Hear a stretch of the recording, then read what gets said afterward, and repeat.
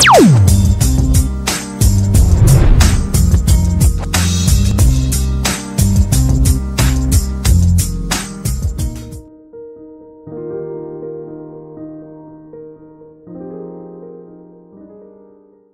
puji syukur dan hormat kami naikkan ke hadirat-Mu, Tuhan kami Yesus Kristus. Terima kasih Tuhan atas kesempatan yang indah, kesempatan yang baik yang Tuhan berikan kepada kami. Meskipun semalaman dan bahkan sampai tadi pagi Tuhan berikan berkat hujan, namun tepat pada waktunya kami akan memulai ibadah ini. Tuhan dengan penuh kemurahan hati menghentikan hujan untuk kami dapat datang bersama-sama beribadah. Satu pertanda yang baik dan berkat yang baik pula bagi Tuhan.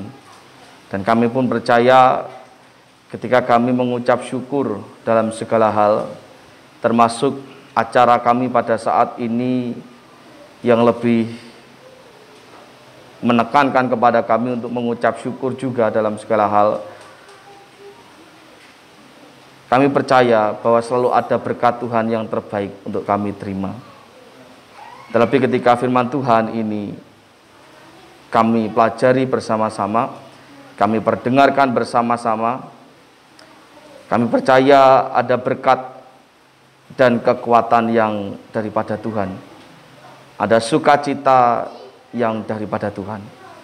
Tentu Tuhan memakai hamba-Mu ini yang jauh dari sempurna, namun hamba-Mu percaya Engkau yang maha sempurna yang akan menyempurnakan segala sesuatunya. Terima kasih Tuhan, berkati waktu kami selama beberapa menit ke depan. Kuasailah kami, kuasailah hati dan pikiran kami, kuasai telinga kami, kuasai anak-anak kami, supaya mereka pun juga dapat duduk dengan tenang, sehingga ketika firman Tuhan ini disampaikan, kami dapat mendengarkan dengan seksama dan mendapatkan berkat-Nya yang daripada Tuhan. Terima kasih Tuhan, di dalam nama-Mu Tuhan kami Yesus Kristus, Tuhan dan Juru Selamat kami yang hidup, kami berdoa dan mengucap syukur. Amin. Shalom. Shalom. Selamat pagi Bapak Ibu Saudara. Pagi, sehat? Sehat? Tuhan. Seperti yang sudah disampaikan, pagi ini kita ibadahnya lain daripada yang lain, lain dari biasanya. Walaupun istilahnya kalau dalam yang saya tahu sih di sepak bola, nggak tahu di olahraga yang lain ada atau tidak gitu. Tapi di sepak bola itu istilahnya ini siaran tunda gitu. Ya, karena harusnya kita laksanakan tanggal 25 Juli kemarin, namun karena Tuhan memberi berkat lebih, kita harus istirahat lagi. Ibadah pertemuan tatap mukanya, kita ibadah online. Namun pagi ini bersyukur kalau kita bisa berkumpul, bisa mengucap syukur. Seperti yang saya sampaikan dari beberapa minggu yang lalu, termasuk minggu kemarin, kita mengucap syukur Tuhan sudah memberkati gereja kita. Sudah dicabangkan sejak 17 tahun yang lalu, ya kan? Puji Tuhan. Kemudian kita mengucap syukur kita bisa melewati pandemi gelombang yang kedua. Pak, apakah masih ada gelombang yang ketiga dan keempat? Pak, hanya Tuhan yang tahu, ya kan? Mau dokter, mau ilmuwan, mau peramal, mau dukun, mau apapun, itu mau iso ngeramalke, ning hanya Tuhan yang tahu, begitu kan? Kalau Tuhan kehendaki sekarang habis, mau apa? Tapi kalau Tuhan kehendaki besok juga ada gelombang ketiga, 4 sampai 100 pun juga mau apa? Ya sudah, kita syukuri aja apa yang sudah kita lewati saat ini gitu. Mengucap syukur Tuhan sudah menyembuhkan saudara-saudara kita. Pak Pri sempat kritis, sembuh. Pak Tuk sekeluarga sembuh. Pak Surya sembuh. Vera sembuh. Dan belum lagi di antara kita yang mungkin belum terdeteksi. Jadi kalau ditanya misalkan, Pak Rito sudah pernah kena corona belum? Oh, belum tentu. Jawabannya yang benar adalah belum terkonfirmasi. Kalau saya pun ditanya, Pak Yunus sudah pernah kena corona belum? Ya belum tentu. Belum terkonfirmasi karena mungkin saja juga OTG, kan nggak tahu. Awang musuh iki virus iki ora ketok kok. Hal ketok sirai kan tinggal ngetak gitu loh. Lagi ora ketok. Ya sudahlah, tapi intinya kita mengucap syukur kalau saat ini kita masih diberikan kesehatan. Gitu loh. Ya, ada banyak hal yang bisa kita syukuri, namun seperti yang saya sampaikan tadi di awal, terutama kita mengucap syukur karena sudah 17 tahun gereja kita dicabangkan. Pak, nanti kalau sudah jadi induk piye, Pak? Ya saya akan coba usul lek iso diterusne ongkone. Tapi kalau tidak bisa ya berarti ngulangi meneh dari satu. Satu terhitung sejak diindukkan. Lah kan gitu. Lah piye Pak, ora apa-apa ya ora apa-apa karena kalau dihitung sejak berdirinya gereja ini dari Pos PI ya lebih dari 17 tahun. Makanya saya menghitungnya sejak gereja ini dicabangkan. Itu sudah 17 tahun yang lalu. Nah, angka 17 itu sudah melewati masa angka mekeko. Tahu angka mekeko mboten? Angka mekeko itu angka nanggung. Kalau di usia anak itu usia angka nanggung itu di bawah sekitar 17, 15, 16 itu masih angka nanggung. Mengapa saya katakan angka nanggung? Karena lek disebut bocah-bocah nesu, lek disebut wis tuwa, ya urung temuo. Kan begitu lah? Iya enggak? Oh, bocah kok dikandani angel. Lho aku wis 16 tahun kok bocah gitu. Wis ngerti pacaran kok bocah kan gitu. Nek mau dianggap dewasa. Aku bocah 16 tahun iki senengane cek ngatong karo bapake. Gitu. Sik joget-joget ora genah. Senengane dolanan game kayak bocah. Ya kok kelakuane kayak bocah. Kon mandi ora gelem. Maem laren dioyak-oyak. Ya kan kelakuane bocah. Makanya angka nanggung, tetapi seharusnya angka 17 tahun itu angka yang sudah harusnya ya melewati masa nanggung, masa mekeko tadi. Karena apa? Karena secara resmi pemerintah mengakui kedewasaan seseorang pada usianya yang ke 17. Makanya anak-anak yang usianya sudah 17 tahun berhak memiliki yang namanya KTP. Diakui secara resmi, secara sah oleh pemerintah, dilambangkan dengan kepemilikan KTP. Nah, punya KTP oleh gawe SIM, surat izin mengemudi, ya kan?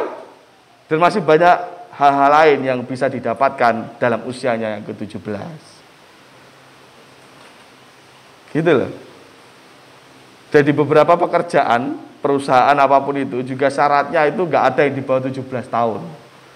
Syarat boleh bekerja itu loh. Bahkan minimal 18 tahun kan biasanya. Karena usia 17 itu biasanya belum lulus SMA. Nah, bagaimana kita menyikapi usia yang ke-17 tahun ini? Ya seperti saya katakan tadi, harus makin menjadi dewasa. Dewasanya bukan dewasa yang mekeko, bukan dewasa yang nanggung. Mau disebut dewasa tetapi cek koyok bocah. Dilokne bocah nesu. Nah itu tadi kan tidak bisa seperti itu. Makanya memberi tema pada pagi ini adalah temanya lho kok metu iki padahal perasaan iki mesti tak hapus. Nah ini menjadi gereja dewasa yang sesungguhnya. Jadi dewasane itu tenanan. Orang mong dewasa-dewasanan. Nah ayatnya terambil dari mana? Dari Efesus pasal yang keempat, ayatnya yang ke-13. Yuk kita buka. Efesus pasal yang keempat, ayatnya yang ke-13.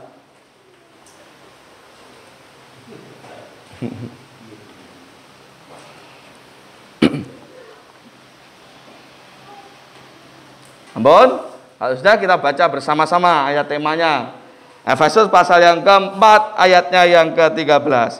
1, 2, 3. Sampai kita semua telah mencapai kesatuan iman dan pengetahuan yang benar tentang anak Allah, kedewasaan penuh dan tingkat pertumbuhan yang sesuai dengan kepenuhan Kristus.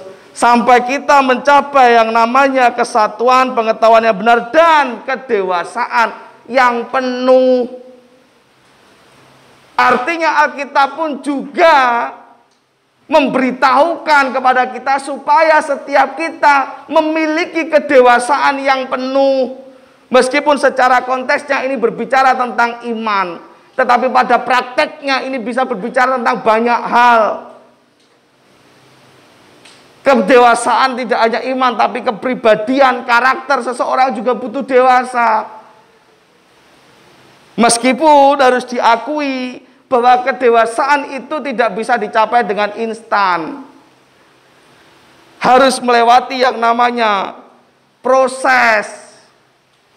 Lah aku ki lho Pak Kristen wis 40 tahun, ora jamin dewasa. Tidak jaminan. Ya sama halnya manusia pada usia fisiknya.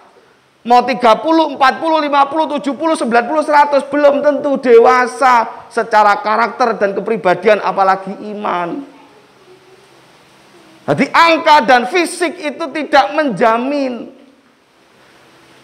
Begitu juga halnya dengan seberapa lama kita percaya Yesus, menjadi Kristen, dibaptiskan dan sebagainya, tidak menjamin bahwa setiap kita sudah mencapai kedewasaan yang penuh, kedewasaan yang sesungguhnya. Semuanya harus melewati proses, tidak bisa instan. Walaupun seringkali proses itu seringkali menyakitkan. Seringkali proses itu tidak enak. Makanya Amsal katakan ya, Amsal di dalam Amsal 27 ayat 17 itu. Besi menajamkan besi, tetapi manusia menajamkan sesamanya. Itu salah satu bentuk proses. Ana kala yang ngrungokne omongan sing nyelekit, ana kalane ya difitnah, ana kalane dielek-elek, ana kalane dijegal. Supaya apa? Membuat kita semakin dewasa, dan itulah proses. Baik dewasa secara karakter, kepribadian maupun iman. Melewati proses yang tidak mudah. Lalu bagaimana gereja kita menjadi dewasa yang sesungguhnya, mencapai kedewasaan yang penuh?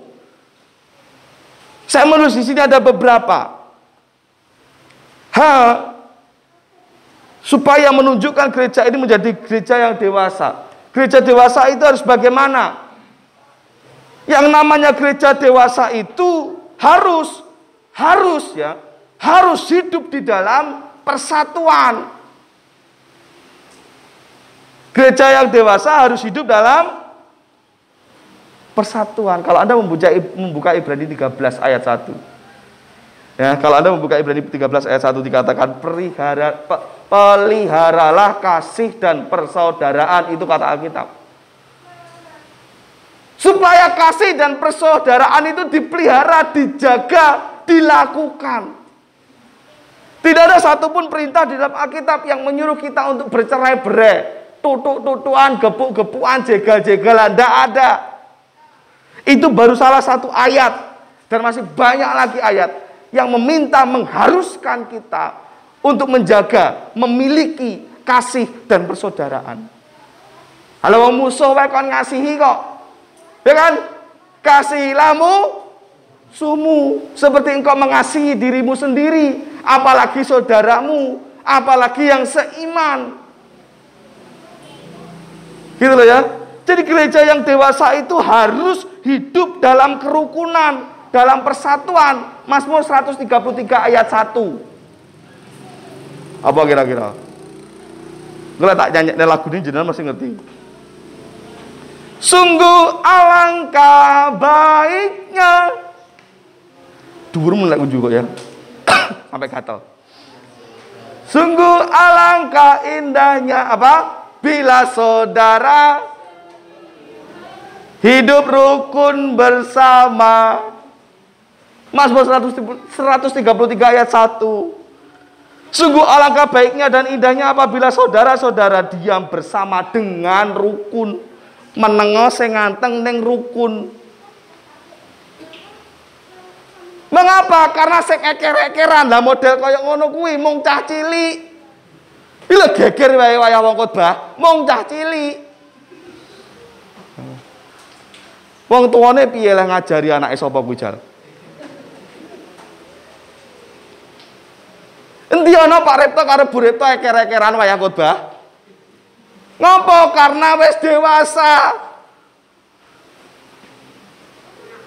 Nah, kalau mau dikatakan dan mau menjadi gereja yang dewasa sesungguhnya, ayo stop perselisihan. Ayo stop eker-ekeran. Ayo mulai saling menghargai. Utarakan pendapat dengan hikmat, tanpa menjatuhkan, tanpa ngelek-ngelek. Itu gereja yang dewasa. Gitu loh. Itu manusia yang dewasa. Saya sudah berarti berapa belas tahun mah di sini. Kalau terhitung dari saya KPPM 2009, 11 sampai 11 ya. 12 tahunan lah saya di sini. 12 tahun saya di sini lan jerone jek eker-ekeran tak tinggal lunga. Antara sing jero sing dablek apa aku sing ra sukses. Berarti padha-padha rong dewasane, mending tak tinggal lunga. Makanya yuk ayo kita bertumbuh dewasa semua. Wah iki kode apa? Kode buntut. Ora enek kode-kodenan.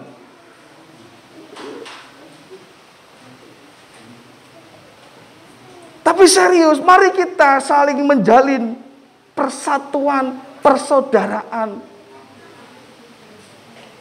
Loh, tapi Pak Julius pilih kasih orang enak ceritane, pilih kasih kemarin loh tak khotbahne to, ora pilih kasih. Hanya mana yang memanggil saya lebih dulu ya saya datang. Sing ra tau nyeluk, ya salamu ra tau nyeluk kan gitu. Salamu ra tau manggil. Pak Julius pilih kasih karo Pak Repto. Lah Pak Repto sing sluntas-slunturene kok. Salah sapa ora gelem sluntas-slunturene? Emang tak usir lek merene. Kan gitu Bagong ya? Pernah Bagong tak usir kalau ke sini? Berarti pilih kasih karo Pak Repto, ora pilih kasih karena Pak Repto yang seneng ke sini. Mbok nyirami rambutan, mbok ngeterne gas, mbok benake godhong pandan, wong ana wae gitu. Iya kan? Mari buang pikiran yang negatif supaya apa? Tercapai yang namanya persatuan. Gitu loh. Itu namanya dewasa yang sesungguhnya, kedewasaan yang penuh kalau dalam Efesus tadi. Di dalam Tuhan. Lalu gereja yang dewasa itu gereja yang bagaimana? Yang kedua, gereja yang dewasa itu harus berakar, bertumbuh dan berbuah. Orang mau cukup ngoyot tapi bertumbuh. Tidak stop kepada pertumbuhan tetapi juga harus menghasilkan buah. Wet rambutan itu depan itu sudah mulai dewasa. Karena orang mau cuma ngoyot tapi juga tumbuh. Orang mau cuma tumbuh tapi wes awah sudah berbuah. Dan buah sulungnya yang merasakan, ya siapa lagi kalau bukan saya, wong saya nyinggrek aku. Ya, daripada setelah disinggrek codot. Setelah tiba garing ngenteni Pak Repto minggu ngarep kesuwen, tak foto wae Pak Repto kebagian fotone. Walaupun cuma satu tapi sudah berbuah dan manis. Ya mah ya. Aku mau buka nyusrup duduhe. Wah lagi mah. Istri saya nyakot siji, Afa nyakot siji yang ngabisin Sifra. Sapa meneh sing paling lemu di antara kami? Ya. Walaupun cuma satu tapi sudah menunjukkan buahnya dan itu sudah berbunga. Soalnya Allah pek-pek-o. Silakan dinikmati. Itu menunjukkan kedewasaan. Gitu loh ya. Coba buka dalam kitab Kolose pasal yang kedua.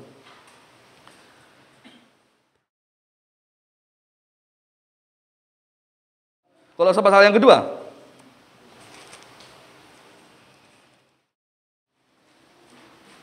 Ayatnya yang ke-6 dan 7.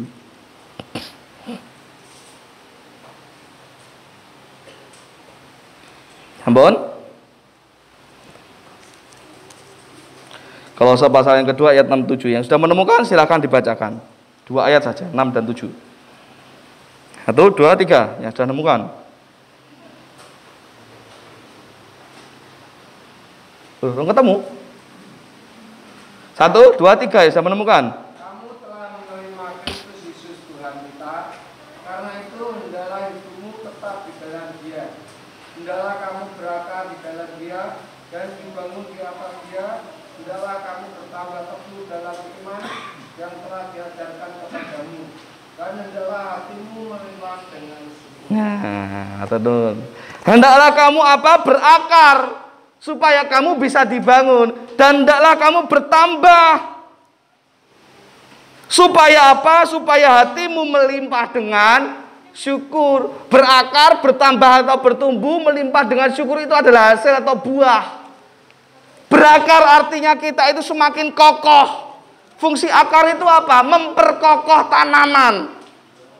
Nah, maka kalau kita itu memperkokoh iman kita kepada Tuhan, ya tidak akan goyah.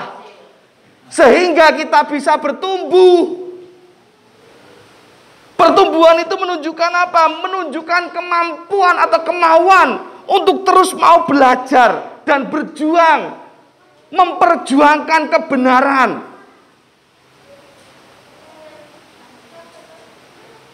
Ya, didasari dengan akar yang kuat di dalam Tuhan, maka kita tidak akan goyah oleh karena hal-hal yang tidak benar di sekitar kita. Contoh orang yang tidak bertumbuh itu apa? Orang yang mudah kemakan hoak. Hoak itu apa? Singkat kata, hoak itu adalah jarene. Ya toh? Maka jangan percaya apa yang katanya jarene, apanya katanya jarene gitu. Jangan percaya yang namanya jarene. Ingat, titip duit iso kurang, namanya menungso ya, titip omongan iso nambah. Yakin saya, kalau sumbernya dari Pak Batiar sampai ke Pak Repto, gue disampaikan ke Pak Tuk, nambah. Orang ketang kata yang di dan mesti nambah. Itu J penghubungnya, J kata penghubung, urung intine. Tekan Pak Arisrono, iso tekan Jakarta nambah. Itu proses hoak bekerja. Titip omongan nambah. Maka sekali lagi saya katakan, jangan percaya jarene. Pak Didik Santoso kayak nganu to kayak. Aku wingi roh boncengan karo wong anu kae, wong kono iki wong wedok iki. Sapa ya? Bu Ari, duduk. Lah kowe kok ngerti? Heeh, jarene Pak Tugiono. Takonlah ke Pak Tugiono. Pak Tug, apa jenengan kemarin bilang kalau Pak Didik Santoso katanya joncengan sama cewek lain, dan katanya kok bukan Bu Ari? Iya Pak, lah jenengan kok tahu? Jenengan lihat di mana? Itu jarene Pak Arisrono. Jarene meneh. Abang jarene kok dipercaya? Kecuali kalau Anda melihat, menyaksikan sendiri. Nah, orang yang masih percaya jarene itu belum bertumbuh. Kalau belum bertumbuh, bagaimana mau berbuah? Sebab berbuah itu yang saya khotbahkan kemarin minggu. Berbuah itu apa? Memiliki hidup yang berdampak. Dampak apa? Tentu dampak yang positif. Ojo trauma ngrungokne kata positif. Nah, tidak semua yang positif itu jelek. Kalau orang sekarang kan kalau dengar kata positif, selamat Anda positif lah, zaman dhisik wong seneng. Apalagi yang barusan menikah gitu. Selamat istri Anda positif, seneng saiki. Istri Anda positif, ngeluh sirai. Ayo. Lah terus dikarantina nek wali kota kono. Ya. Tidak usah trauma dengan yang positif, karena dampak yang dimasukkan tentunya dampak yang positif. Orang hidup yang berbuah adalah orang yang membawa manfaat. Dapat bayang kemarin itu loh. Manfaat bagi orang-orang yang ada di sekitarnya. Dimulai dari keluarga, di lingkungan rumah, sampai keluar di lingkungan pekerjaan dan lingkungan gereja. Membawa dampak. Orang pas saya teko mung mbare enggak nyaman. Pak Pri ngerti ngono ora usah teko. Bener Pak Pri ora nyaman belas ibadah ini. Berarti itu tidak membawa dampak. Tapi Pak Pri nggak datang digoleki. Nah itu berarti membawa dampak yang positif. Pak Pri mana dia nggak datang ya? Ini kursi ini biasanya tempat duduknya Pak Pri ya gitu ya. Tapi Pak Pri tempat duduknya pindah-pindah berarti. Tapi ada orang yang tempat duduknya yang mengenang kono terus wae ono Bakung. Iki wis dimburine kuwi ana nomor iki. Keluarga Suripto. Terus itu nama di kursinya. Bu Prapti nek kono keluarga Suprapti ngono. Pak Batiar kono. Apa gak boleh Pak? Boleh kayak buri kan keluargane Pak Aris Rono kayak mesti. Soal jenenge dewe-dewe. Tapi anehnya di semua gereja kaya ngono kuwi. Lah wis manggon nek kursi kono ya nek kono terus gitu. Iki nomor loro iki keluargane Pak Eko. Kadang pindah-pindah mencolot lah enek tamu ya paling nomor 3 gitu. Nomor 3 4 iki keluargane Bu Mei. Biasanya terus ketok ya. Pak Batiar kadang ijol-ijolan karo Pak Didik Santoso kayak keluargane kursine. Apa tak aku ngantian? Itu loh. Jadi kalau pas gak ada digoleki lho Bu Mei. Kok gak ada ya? Jadi biasanya nek kono. Berarti hidupnya memberi manfaat, memberi dampak karena apa digoleki, ditakonke. Ada yang kurang saat kita tidak ada. Tapi lek kayak mau, wah untung ora nek Pak Pri ya. Wah seru-serune ibadah nek Pak Pri lek yo jan males-malesi ya. Itu berarti tidak menjadi buah yang baik. Tapi bersyukur jemaat Kembang Harum semuanya memberi buah. Amin. Lek orang anak ya digoleki. Nah itu sudah salah satu ciri itu kita menjadi dewasa. Karena kedewasaan atau gereja yang dewasa itu berarti tidak hanya berakar, tapi juga bertumbuh dan memberi buah, berdampak, bermanfaat. Nah, apa manfaat gereja ini bagi sekitar? Apa manfaat gereja ini bagi jemaat? Harus menjadi manfaat. Gitu. Mau istilahnya ramah lingkungan kayak mau istilahnya apa kayak serah, itu mau istilah, tapi intinya menjadi manfaat. Loh kan ngono toh? Intinya menjadi manfaat. Kapan mau bagi-bagi sembako lagi? Wah, Pak, aku dhewe kurang kerjaanku ya ra ono kok. Ayo, urung dewasa berarti. Karena menjadi berkat, membawa dampak tidak harus menunggu kita kaya. Tidak harus menunggu kita mampu. Pak, secara materi aku gak duit tapi aku duit tenaga, oleh. Bungkusi sembako ya ra gampang gitu. Pak Sriono nimbangi naline begitu timbang karo Bu Iwit timbangannya beda lho. Ya beda kurang saan ngono. Diudari meneh, tambahi meneh. Ingat gak Pak Sri pas waktu itu? Orang gampang tuh pasti bunteli. Makanya butuh tenaga. Makanya kalau ada yang bilang, Pak saya enggak bisa ya Pak. Kalau benar-benar enggak ada loh. Saya enggak bisa nyumbang apa-apa Pak. Aku mau duit tenaga. Ora apa-apa ya kayak bungkusi. Ora apa-apa. Yang penting hidup kita berdampak, bermanfaat. Apapun itu bentuknya. Itu gereja yang dewasa. Jadi gereja yang dewasa, kalau boleh saya simpul dewasa yang sesungguhnya adalah gereja yang hidup itu dipenuhi dengan persatuan. Orang enak-enak eker-ekeran, orang enak-enak saling fitnah, saling tuduh dan sebagainya. Tidak ada. Ya kan? Yang kedua, gereja yang dewasa itu gereja yang memberi dampak, gereja yang tidak hanya berakar. Kalau berakar, saya yakinlah kita semua berakar. Karena semua yang ada di sini percaya Yesus, amin. Itu sudah akarnya. Bertumbuh. Jenengan terus rindu mencari kebenaran. Salah satu bentuk prakteknya rindu mencari kebenaran itu adalah dengan apa? Datang persekutuan. Apapun itu bentuknya. Nah, ya sing nyambung. PBI ngopo teko WBI kan ora nyambung. Ya sing nyambung gitu loh. Tapi setiap kali ada PBI dimanapun mangkat, budal gitu. Apalagi sekarang ketua PBI kita juga menjadi pengurus PBI Rayon. Gitu? Jadi bendahara Rayon sekarang, bendahara PBI Rayon. Kudu mangkat. Gitu. 5 tahun ya Pak periode ya. Oh ya. Iya kan? Bertumbuh, kemudian berbuah, memberi dampak dan manfaat. Itu gereja yang dewasa. Nah, kita sudah 17 tahun, sudah saatnya kita mencapai titik ini. Lek 17 tahun cek kayak bocah wes aku tak angkat tangan, aku tak mundur. Berarti aku pun juga tidak berhasil. Mungkin. Tapi enggak, yuk kita berjuang bersama-sama. Saya menjadi dewasa, panjenengan menjadi dewasa, kita semua dan gereja ini menjadi dewasa. 17 tahun loh ya. Dan bahkan mungkin lebih. Kalau kita terhitung sejak pos PI itu tahun berapa itu Pak?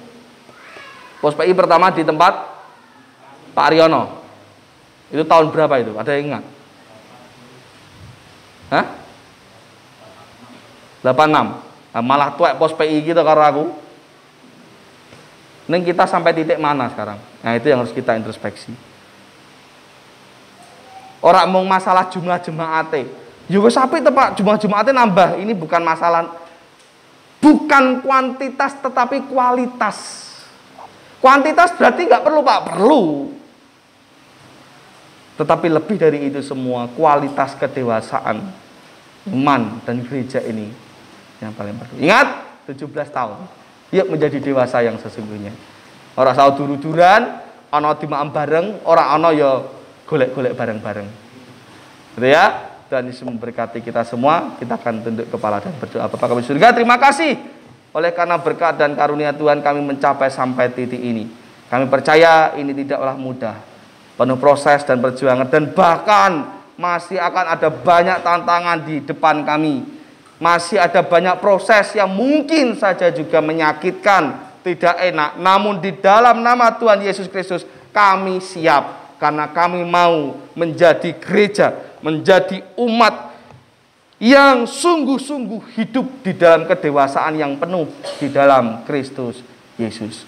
Pakai hambamu yang masih kau percaya menjadi gembala sidang di gereja ini. Pakai seluruh jemaat, baik mereka yang ada di tempat ini maupun tidak sedang berada di tempat ini. Semuanya saja. Jemaat Gereja Baptis Indonesia Cabang Kembang Arum, berkati dan serta mampukan kami untuk sama-sama saling menguatkan dan dikuatkan. Untuk sama-sama saling menuju di dalam kedewasaan yang sesungguhnya di dalam Tuhan Yesus Kristus. Terima kasih Tuhan, terpujilah namamu. Di dalam namamu Tuhan kami Yesus Kristus Tuhan dan Juru Selamat kami hidup, kami berdoa dan mengucap syukur. Amin.